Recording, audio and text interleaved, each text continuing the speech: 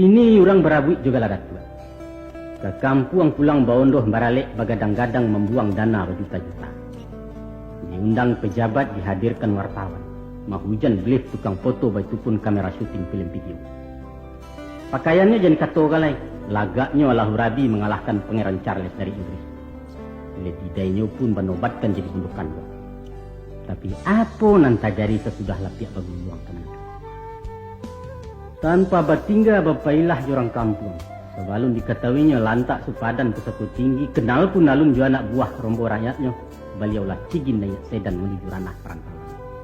Tinggallah menang kabo di lampuk kabui odau tu. Tapana anak kemanakan mencelik pengulupai entah kabilo ke pulang.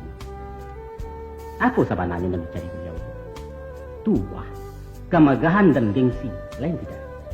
Hanya sebagai pelengkap dari titelnya nan baliri di ujung di pangkanamo. Atau sekadar menunjukkan kepada kolekannya dari Jawa bahwa beliau juga keturunan berdarah biru bangsawan tinggi dari Minang. Syukur-syukur saja kalau Datuk Kitoko lain melihat mengengung warganya di perantauan. Tapi jangankan beliau ke Batandang ditandangi pun susah. Alun ke mampir ke rumahnya Wanji yang di pagar menyala. Pembantu mencogok di balik kaca sambil bersorak. Enggak terima tamu, bapak lagi tidur. Oh.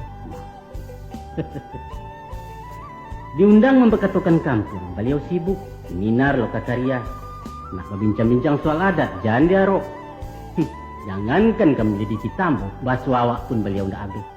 Kecilnya bayi-bayi, imbauannya pasti atau om bukan inyak sebagai lazimnya ke penghulu. Ya Allah.